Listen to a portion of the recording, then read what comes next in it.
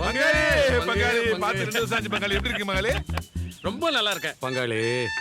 2 வருஷத்துக்கு முன்னாடி நானும் அந்த கட்சியில பவர் இல்லாம தான் இருந்தேன். இங்க வந்த உடனே தலைவர் என்ன பவர் மினிஸ்டரா ஆக்கிட்டார். இப்போவும் நீ ஓகேன்னு சொல்லு. தலைவர்கிட்ட சொல்லி இந்த இடைத்தேர்தலே உனக்கு சீட்டு வாங்கி தரேன். அடுத்த வருஷமே நீ மினிஸ்டர். பங்காளி என்ன பேசுற? ஜெயிச்சாதானே மினிஸ்டர்.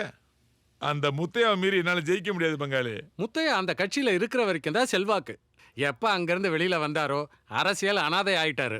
அதுவும் போக இடைத்தேர்தலை பொறுத்த வரைக்கும் ஆளும் கட்சி தான் ஜெயிக்கும். ஜெயிக்க வைப்போம். எனக்கு என்னமோ நம்பிக்கை இல்லப்பா பங்காளி. இப்ப என் நிலைமை இப்படிதான் இருக்கு. ஆப்பாயில் மாதிரி வெந்து வேகாம இருக்குப்பா. முத்தையாக்கு தானே பயப்படுற? ஆமாப்பா. இப்பதான் அவன் உனக்கு எதிரி. எனக்கு ஆரம்பத்துல இருந்தே அவன் எதிரி. அவனுக்கு கட்டம் கட்டிட்டேன். இந்த இடைத்தேர்தலில் முத்தையா உயிரோட இருக்க மாட்டான். பங்காளி வேல்முருகா டயரை உருட்டிடு.